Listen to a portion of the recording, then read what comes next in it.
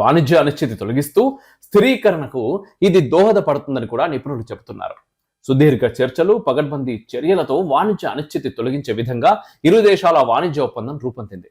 గతేడాది సుంకాల వల్ల వాణిజ్యానికి జరిగిన నష్టాన్ని దృష్టిలో ఉంచుకుంటూ భారతదేశంలోని కీలక రంగాలైన వ్యవసాయం, డైరీ రంగాల ప్రయోజనాలు కాపాడే విధంగా ఇరు దేశాలు జాగ్రత్త పడ్డాయి. మన దేశం ఎలాంటి వ్యూహాత్మక ప్రతిపత్తిని కోల్పోకుండా, రాజీ పడకుండా దేశీయ ప్రయోజనాలు కాపాడుతూ ఒప్పంద విధి విధానాలను రూపొందించింది. ఈ ఒప్పందం సంతులిత ఆర్థిక ప్రయోజనాలను ప్రతిబింబించేలా ప్రధాని నరేంద్ర మోదీ వ్యూహాత్మకంగా వ్యవహరించారు. ఇది వ్యూహాత్మక వైఖరి మాత్రమే అని, సాగిలబడటం కాదని కూడా ఒప్పందాన్ని పరిశీలిస్తే అర్థమవుతుంది. ఆర్థిక సార్వభౌమాధికారాన్ని కాపాడుకుంటూనే విదేశాంగ నీతిలో స్వతంత్ర వైఖరిని ప్రదర్శిస్తూ భారత్ ఈ మధ్యంతర వాణిజ్య ఒప్పందాన్ని అంగీకరించింది.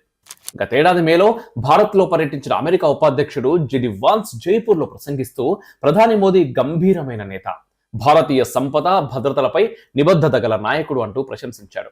మోదీ చాలా కఠినమైన సంధానకర్త